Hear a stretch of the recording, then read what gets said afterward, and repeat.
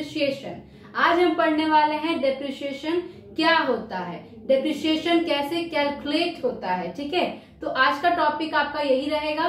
So start करते हैं guys. देखिए, डेप्रिसिएशन का पहला मीनिंग मैं बता दूं आपको कि depreciation refers to permanent and continuing diminution in the quality, quantity और वैल्यू ऑफ एसेट्स।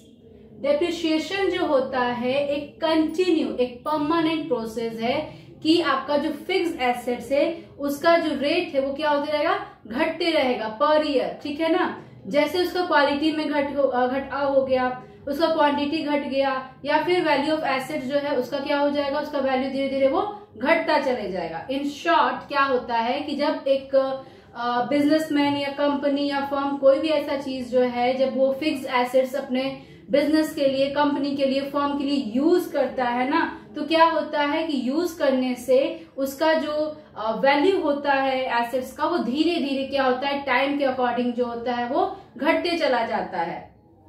ठीक है, जैसे कि अगर वो टूट फूट गया है उसकी वजह से उसका डेप्रिसिएशन लग जाएगा, बाय एक्सीडेंट हो गया है तो उसका वैल्यू डिमिनिश हो जाएगा, डिक्रीज हो जाएगा।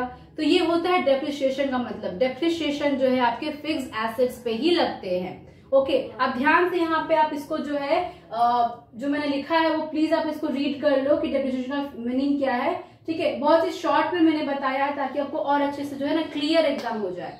ठीक है, डेप्रिसिएशन किसको रेफर करता है, परमानेंट और कंटिन्यूइंग डिमिनिशिंग है। ये एकदम होना ही होना है, परमानेंट, ऐसा नहीं है कि आज होगा कल नहीं होगा, ऐसा बिल्कुल नहीं होने वाला। ये परमानेंट और कंटिन्यूइंग प्रोसेस है। ठीक है, तो ये आपका जो रेट ऑफ जो फिक्स एसेट्स का होता है ना, पर ईयर क्या होता है, डिक्रीज होते रहता है। ठीक है, इसका जो फॉर्मूला है मैंने 3 बताया है यहाँ पर, मैं भी बताऊंगी आपको कि कैसे बनेगा। ठीक है, सबसे पहले तो आप समझ चुके हैं डेप्रिसिएशन क्या होता है। अब चलिए डेप्रिसिएशन कैसे कैलकुलेट होता है मैं आपको बताती हूँ। देखिए, डेप्रिसिएशन का फॉर्मूला है depreciation equals to cost of assets minus scrap value divided by useful life. ठीक है, डेप्रिसिएशन का फॉर्मूला मैंने क्या कहा, cost of assets minus scrap value divided by useful life. जो एसेट्स का जो कॉस्ट है टोटल वो ले लोगे आप। ठीक है, उसके बाद स्क्रैप वैल्यू जो है वो आप उससे डिडक्ट कर दोगे, माइनस कर दोगे, और कितने साल के लिए जितना आपने उसको यूज किया है। ठीक है, तो चलिए इस पे मैंने क्वेश्चन यहाँ पे रखा हुआ है। कॉस्ट ऑफ मशीन दिया हुआ है 48,500 प्लस 3,000 प्लस 2,000। ये क्वेश्चन है जो आपकी बुक से ही है। मैं आपको क्वेश्चन पढ़ देती हूँ ताकि आपको समझ, मैंने शॉर्ट में लिख दिया है। ठीक है, क्वेश्चन कुछ इस तरह से है, X bought a machine for rupees 48,500. He spent 3,000 as freight and 2,000 as installation cost. Its useful life estimated to be 10 years, after which it will fetch rupees 3,500 towards sale of scrap. The annual depreciation will be, क्या होगा। ठीक है, बोला गया कि जो X जो है मशीन खरीदा है 48,500 का, ये जो मैंने अमाउंट लिखा है ना 48,500 का जो है कॉस्ट ऑफ मशीन जो है, ठीक है, लिखा हुआ है कि इतने का उसने ये मशीन खरीदा। उसके बाद इस पर 3,000 उन्होंने स्पेंड किया है फ्राइट पे, जो भाड़ा लगता है ना उस पर। ठीक है, फिर बोला है 2,000 जो है इंस्टॉलेशन कॉस्ट लगा है। तो ये आपका टोटल क्या हो गया, कॉस्ट ऑफ मशीन का ये टोटल कॉस्ट हो गया। तो आपके पास कॉस्ट ऑफ एसेट्स आ गया ना, आपके पास कॉस्ट ऑफ एसेट्स आ गया। ये जो दिया हुआ है आप इसको टोटल को क्या कर देंगे, प्लस कर देंगे। क्यों, क्योंकि मैंने जितने में सामान खरीदा, फिर मैंने भाड़ा वित्ता दिया, फिर इंस्टॉलेशन करा, सब कुछ का पैसा जोड़ूंगा ना उस चीज में मैं। ठीक है, तो इस वजह से जो है 53,500 जो है आपका कॉस्ट ऑफ एसेट जो है टोटल पड़ेगा, ना कि 48,500।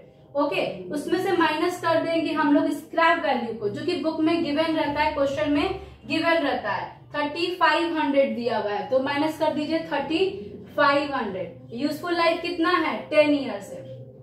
यूजफुल लाइफ कितना है, 10 ईयर्स है। जब आप इसको कैलकुलेट करोगे तो आपका क्या आएगा, देखो 53,500 minus 3,500, okay, divided by 10. 5000 जो है आपका पर एनम जो है ये डेप्रिसिएशन चार्ज होने वाला है। ठीक है, 5000 जो है आपका डेप्रिसिएशन चार्ज होने वाला है। इतना आपका कॉस्ट निकला है, इतना आपका क्या निकला है, कॉस्ट निकला है। इसके थ्रू आप ये भी डेप्रिसिएशन का जो फॉर्मूला है original cost of assets into rate of depreciation by 100, इसमें क्या होगा कि जो ओरिजिनल कॉस्ट होगा एसेट्स का वो गिवन होगा, रेट ऑफ डेप्रिसिएशन वो गिवन होगा, उसको बस 100 से आप डिवाइड कर दो, आपका वैसे भी डेप्रिसिएशन निकल जाएगा बच्चों। ठीक है, अब यहाँ पे आता है ये क्वेश्चन कि हम लोग जो है कैसे रेट ऑफ डेप्रिसिएशन निकालेंगे। आप इस वाले में देखो क्या दिया हुआ है, रेट ऑफ डेप्रिसिएशन, तो इसको कैसे निकालेंगे, तो उसका भी फॉर्मूला होता है रेट ऑफ डेप्रिसिएशन। यहाँ तो आपका अमाउंट निकला ना, यहाँ पर आपका क्या निकला, अमाउंट निकला है, और इस वाले क्वेश्चन में आपको बताना है रेट ऑफ डेप्रिसिएशन। इसके थ्रू तो हमें रेट ऑफ डेप्रिसिएशन नहीं मिला है। ठीक है, तो रेट ऑफ डेप्रिसिएशन निकालने के लिए भी फॉर्मूला है, क्या है, amount of depreciation divided by cost of assets into 100। अब देखिए कैसे निकालेंगे, इसी क्वेश्चन पे हम जाएंगे और इसको आराम से सॉल्व कर लेंगे। ओके, देखिए अमाउंट ऑफ डेप्रिसिएशन कितना है बच्चों, कितना निकला है, 5000 निकला है ना आपका, into 100 divided by cost of assets, cost of assets कितना है, 53,500। अब आपको इसको निकालना है कि कितना रेट से निकलेगा, तो क्या करेंगे, देखिए 5000 इंटू 100 एंड डिवाइडेड बाय 53,500, तो आपका निकल जाएगा 9.345। तो इसको आप 9% डायरेक्ट ले सकते हो। ठीक है, ऐसे तो ये आया है 9.345, तो आप इसको 9% आराम से ले सकते हो। ठीक है, तो आपका रेट ऑफ जो है डेप्रिसिएशन कितना निकल गया, 9%। अब रेट ऑफ डेप्रिसिएशन आपके पास है, cost of assets divide by 100 करो, आपका ये निकल जाएगा।